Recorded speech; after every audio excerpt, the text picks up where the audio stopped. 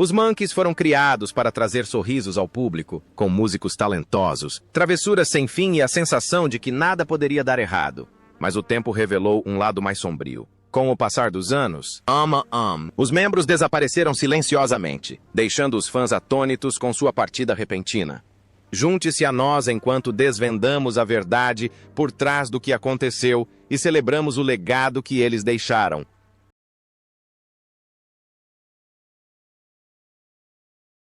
Michael Nesmith, como Mike. O guitarrista sério e de gorro da banda The Monkees, é interpretado por Michael Nesmith. Aos 23 anos, seu personagem exala uma inteligência calma e contida, um contraponto ao caos da música pop. Por trás das lentes da câmera, essa contenção mascarava uma raiva latente por ser estereotipado em uma persona que ele nunca quis ser. Nascido em 30 de dezembro de 1942, em Houston, Texas, Robert Michael Nesmith foi criado por uma mãe solteira após o divórcio de seus pais quando ele tinha 4 anos. Sua infância foi marcada por instabilidade e privações, mudanças frequentes de residência, poucos recursos financeiros e longos períodos de solidão emocional. Embora sua mãe tenha enriquecido posteriormente graças à invenção do corretivo líquido eletrônico, esse sucesso veio depois de seus anos de formação. O trauma da privação na infância moldou sua desconfiança em relação a sistemas e autoridade. Dentro dos Monkees, Nesmith desafiou abertamente a imagem estabelecida, chegando a dar um soco na parede de um hotel durante uma disputa contratual, um ato que simbolizava sua recusa em ser controlado. Após deixar o grupo, ele demonstrou esse espírito rebelde por meio de ações práticas. Ganhou um Grammy pela canção Elephant Parts em 1981. Foi pioneiro no gênero de videoclipes e deixou uma marca indelével com projetos como Repo Man. No entanto, sua vida pessoal teve um preço. Seus 3 casamentos terminaram em divórcio devido ao distanciamento e à falta de afeto. Seu relacionamento com os filhos era complicado, repleto de culpa e ansiedade, incluindo o fato de um dos filhos ter lutado contra o vício por um longo período. Os problemas de saúde surgiram tardiamente, mas eram muito graves. Uma grave doença cardíaca levou a uma cirurgia de revascularização do miocárdio com 4 enxertos em 2018, um sinal de alerta que seu corpo vinha lhe dando há anos. Em 10 de dezembro de 2021, Michael Nesmith faleceu em sua casa na Califórnia, vítima de insuficiência cardíaca, menos de um mês após sua última apresentação. Ele tinha 78 anos e estava cercado por sua família. A batalha final terminou. Seu patrimônio líquido, estimado em 50 milhões de dólares americanos, reflete não apenas os direitos autorais dos Monkees, mas também as decisões comerciais astutas que remodelaram a indústria da música. Davy Jones como Davy. Davy, o galã romântico dos Monkees, interpretado por Davy Jones. Aos 20 anos, em 1965, ele assumiu esse papel e permaneceu nele durante toda a exibição original da série. O personagem foi retratado como gentil, otimista e incrivelmente acessível, e o público o acolheu imediatamente. Em poucos meses, essa imagem amável se misturou perfeitamente com sua vida real.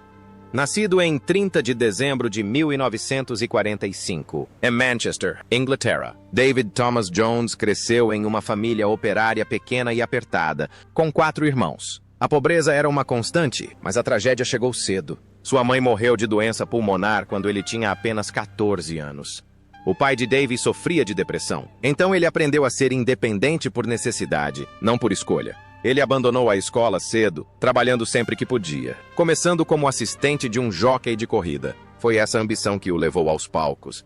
E Oliver mudou tudo. Sua interpretação astuta de Dodger lhe rendeu uma indicação ao Prêmio Tony, comprovando seu talento antes mesmo de ser descoberto pela televisão. A banda vendeu mais de 75 milhões de discos em todo o mundo, mas ao custo da própria fama. Jones tornou-se um ídolo adolescente, com suas ambições se resumindo a um sorriso e uma canção de amor. Mesmo projetos posteriores, seu álbum solo de 1971, Davy Jones, e sua icônica participação em The Brady Bunch, o mantiveram famoso, mas o limitaram criativamente. Nos bastidores, sua vida pessoal desmoronou sob a pressão. Seus 3 casamentos seguiram o mesmo padrão: intensidade, distância e exaustão. Uma agenda de turnês exaustiva os privou do tempo em família, a fama exagerou cada deslize e a solidão cresceu com a idade. Em 29 de fevereiro de 2012, após cuidar de cavalos na Flórida, David Jones sofreu um ataque cardíaco. Ele foi encontrado pouco depois das 8 horas da manhã, mas não resistiu aos ferimentos. Faleceu aos 66 anos. E acredita-se que a causa da morte tenha sido doença cardíaca e anos de estresse acumulado. Suas cinzas foram levadas de volta para a Inglaterra e depositadas perto dos túmulos de seus pais. Na época de sua morte, seu patrimônio líquido era estimado em cerca de 5 milhões de dólares, provenientes principalmente dos direitos autorais de longa data dos Monkees. Prova de que o garoto que escapou da pobreza através da música nunca escapou verdadeiramente do preço da fama. Peter Tork. No papel de Peter, o garoto inocente e gentil dos Monkees é retratado de forma vívida por meio de sua própria atuação. Em 1965, aos 23 anos, ele entrou para a série interpretando o personagem mais inocente. O que o público percebia como doçura e simplicidade rapidamente se tornou um rótulo do qual ele nunca conseguiu se livrar completamente. Nascido em 13 de fevereiro de 1942, M. Washington, D.C., com o nome de Peter Halston Thorkelson, ele cresceu em uma família intelectual influenciada por mudanças frequentes. O trabalho de seu pai levou a família de Detroit para a Alemanha, depois para Wisconsin, antes de finalmente se estabelecerem em Connecticut. Embora a música fosse incentivada, a pressão das expectativas intelectuais o fez sentir-se isolado desde cedo. Aos 9 anos, começou a ter aulas de piano, mas o ambiente restritivo incutiu nele uma solidão silenciosa que nunca desapareceu completamente. Quando os Monkees alcançaram a fama, vendendo mais de 75 milhões de discos em todo o mundo, Tork percebeu que era famoso, mas sentia-se perdido. Após o fim da banda, o declínio foi rápido e irreversível. Más decisões financeiras, vícios e depressão roubaram-lhe a estabilidade, levando-o à beira da situação de sem-teto na década de 1980. Projetos como Stranger Things Have Happened, 1994, e a banda de blues, Choo Suede Blues, ofereceram-lhe algum consolo artístico, mas nunca lhe devolveram a fama que lhe fora tirada. Sua vida pessoal refletia problemas semelhantes. 4 casamentos ruíram sob o peso do alcoolismo, da dependência química e do distanciamento emocional. Seu relacionamento com os filhos tornou-se distante e a culpa continuou a atormentá-lo. Por trás do sorriso que os fãs ainda se lembram, havia um homem atormentado por dúvidas e um sentimento de fracasso na própria vida que a fama prometia. Em 2009, Peter Tork foi diagnosticado com adenocarcinoma, um tipo raro de câncer que reapareceu agressivamente em 2018. Ele faleceu em paz no dia 21 de fevereiro de 2019, aos 77 anos, após uma década de luta tenaz e exaustiva. Ele foi sepultado em cerimônia privada e seu patrimônio líquido, estimado em 2 milhões de dólares, foi reduzido por despesas médicas. Burt Mustin como Butler. Butler, um homem frágil que observava constantemente seus macacos, era interpretado por Burt Mustin. Quando a série começou em 1965, ele tinha cerca de 83 anos, tornando-se discretamente um dos atores mais velhos ainda em atividade na televisão. Cada aparição era como se ele estivesse vivendo momentos emprestados. Nascido em 8 de fevereiro de 1884, em Pittsburgh, Pensilvânia, com o nome de batismo Burton Hill Mustin. Sua infância foi bastante comum e prática. Formou-se em engenharia civil, trabalhou com vendas e viveu uma vida profissional plena muito antes de Hollywood lhe dar atenção. Sua carreira de ator surgiu relativamente tarde, surpreendentemente tarde, somente após sua aposentadoria, quando as dificuldades financeiras o obrigaram a mudar de profissão em vez de seguir sua paixão. Sua carreira de ator começou aos 67 anos, idade em que a maioria das carreiras termina. Desde então, ele trabalhou incansavelmente, aparecendo em mais de 350 episódios de televisão, tornando-se um rosto familiar nos lares americanos da terceira idade. Seus papéis em Leave It to Beaver, como o do bombeiro Gus, e em The Andy Griffith Show, consolidaram sua imagem na cultura popular, enquanto a banda The Monkees adicionou uma marca discreta, porém significativa, a uma carreira construída sobre seu legado duradouro. Na vida real, a vida dele era mais estável do que a da maioria das pessoas. Ele se casou uma vez, em 1915, e viveu com a esposa por 54 anos, até a morte dela, em 1969. Quando ela morreu, o luto o deixou com um sentimento de vazio. Por fim, Burt Mustin faleceu de causas naturais em 28 de janeiro de 1977, aos 92 anos, em um hospital da Califórnia. Seu patrimônio líquido, estimado em $1 milhão americanos, refletia uma vida inteira de trabalho árduo, não uma fortuna inesperada. Um lembrete final de que Hollywood muitas vezes se lembra de rostos, muito tempo depois que as vidas por trás deles foram esquecidas. Ted DeCorsia como Barba Negra. Barba Negra, o personagem aterrorizante que aparece brevemente, mas é inconfundível entre os macacos, foi interpretado por Ted DeCorsia. Em 1965, aos 62 anos, ele se juntou à franquia carregando o peso de uma vida dedicada a interpretar papéis perigosos. Sua presença trazia uma sensação de antiguidade que transcendia até mesmo o próprio programa. Nascido em 29 de setembro de 1903, no Brooklyn, Nova York, Edward Gildia DeCorsia cresceu em meio à agitação da cidade. Ele descobriu sua voz no rádio, construindo uma carreira exclusivamente com base em sua voz, antes que uma difícil transição para o cinema o obrigasse a competir novamente.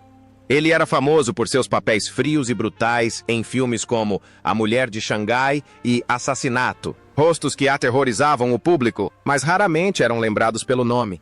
Trabalhou incansavelmente, mas permaneceu à margem da sociedade, construindo uma carreira moldada mais pelo estresse do que pelo triunfo. Sua vida privada desmoronou silenciosamente.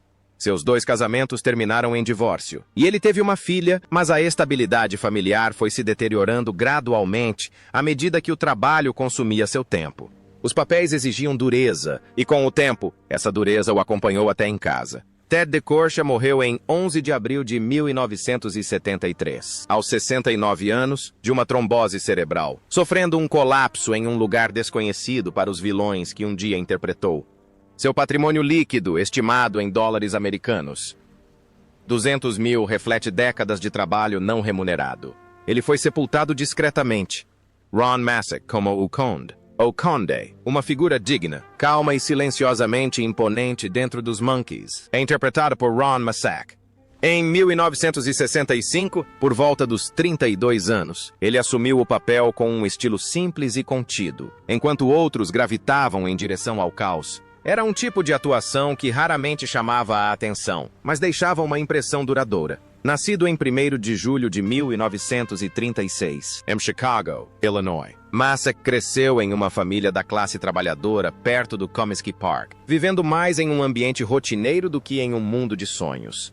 A vida seguiu seu curso com disciplina, estudos, serviço militar e responsabilidades, antes que a ambição tivesse espaço para se desenvolver. A atuação veio depois, não como uma rebeldia, mas como uma decisão forjada pela paciência. Sua carreira progrediu de forma constante. Os Monkees o apresentaram à televisão, mas foi somente anos depois que ele alcançou amplo reconhecimento por seu papel como o xerife Mort Metzger em Assassinato por Escrito. Um papel que trouxe calor, autoridade e um humor sutil ao personagem. Suas aparições em Além da Imaginação, The Twilight Zone, e centenas de comerciais lhe renderam o apelido de Rei dos Comerciais, um título construído com base na persistência e não na ostentação. Ao contrário de muitos de seus contemporâneos, a vida privada de Massac tem sido notavelmente estável.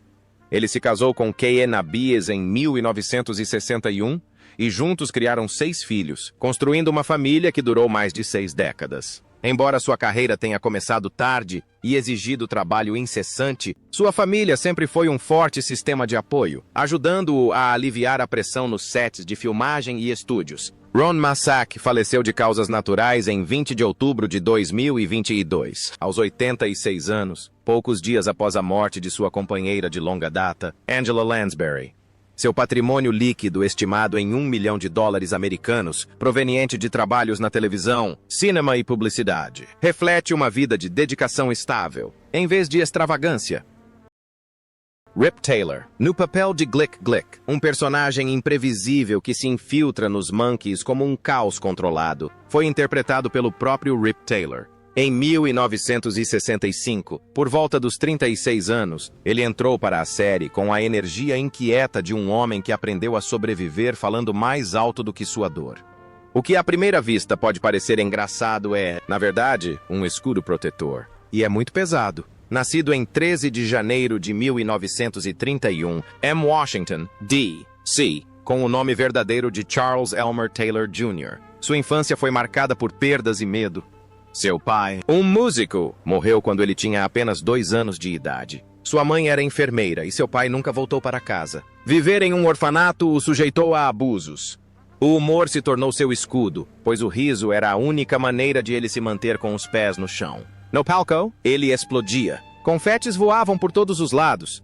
Aquele bigode tornou-se lendário. Ele foi coroado Rei do Brilho, participando com entusiasmo de programas como Hollywood Squares e The Gong Show, aparecendo às vezes milhares de vezes na televisão e em casas noturnas. Por trás do glamour e do brilho, a pressão para manter a fama nunca cessou, e o silêncio tornou-se aterrador. Sua vida pessoal continuou repleta de dificuldades. Seu breve casamento com Rusty Rowe terminou prematuramente, deixando-o sem filhos e sem um lar estável. Ele teve um relacionamento longo e afetuoso com Robert Fortney, mas as circunstâncias da época o obrigaram a mantê-lo em segredo. O constante esconderijo o exauriu. Rip Taylor morreu em 6 de outubro de 2019, aos 88 anos, após sofrer insuficiência cardíaca congestiva, consequência das convulsões que o debilitaram em seus últimos dias. Suas cinzas foram lançadas ao mar no Havaí. Estima-se que seu patrimônio líquido gire em torno de 3 milhões de dólares após décadas arrancando risos. Mas o homem escondido sob o papel brilhante faleceu tranquilamente, finalmente encontrando o descanso eterno sem precisar mais atuar. George Firth, como Ronnie Farnsworth. Ronnie Farnsworth, um personagem tímido, desajeitado e quieto dos Monkees, é interpretado por George Firth. Em 1965, aos 34 anos, ele assumiu o papel com mais contenção do que ostentação. Foi um tipo de atuação que revelou algo profundamente perturbador. Nascido em 14 de dezembro de 1932, em Chicago, seu nome verdadeiro era George Schweinfurth. Ele cresceu em uma família estável, recebeu educação formal e teve uma criação disciplinada, mas a pressão ainda o acompanhava desde muito jovem.